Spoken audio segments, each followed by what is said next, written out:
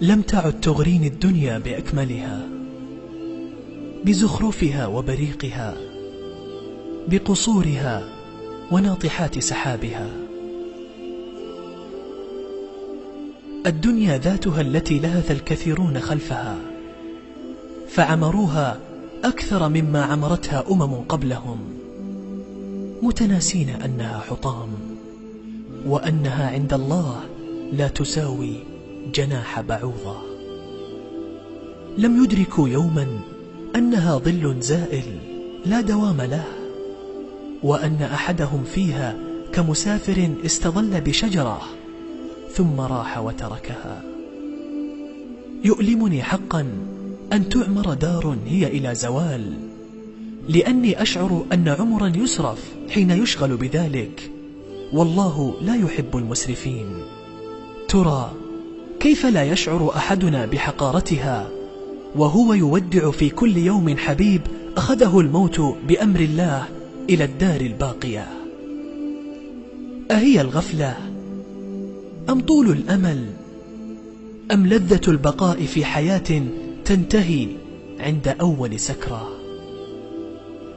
لو أننا نستحضر جمال الجنة في قلوبنا كل يوم لكنا بخير، بل بخير جدا.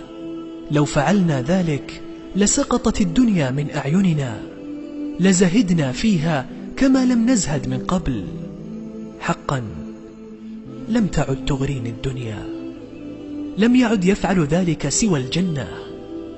الجنة التي تأسرني عند أول خيال يأخذني إليها، ولقصورها التي تزينت بلبنات من ذهب وأخرى من فضة، لحشيش هو الزعفران وخيام هي اللؤلؤ، لحياة دائمة لا تشوبها الأحزان ولا الهموم ولا تعب الفقد، لعناق أحبة رحلوا عن دنياي بغتة فانحنى القلب لهم شوقا وذبلت العينان عليهم بكاء، للقاءات سرمدية لا نشعر معها بمر الوداع ولا وجع الذكرى ولا ألم الغياب، لسعادة ممتدة لا تنقطع، ولحياة لا تعرف أيامها النهاية.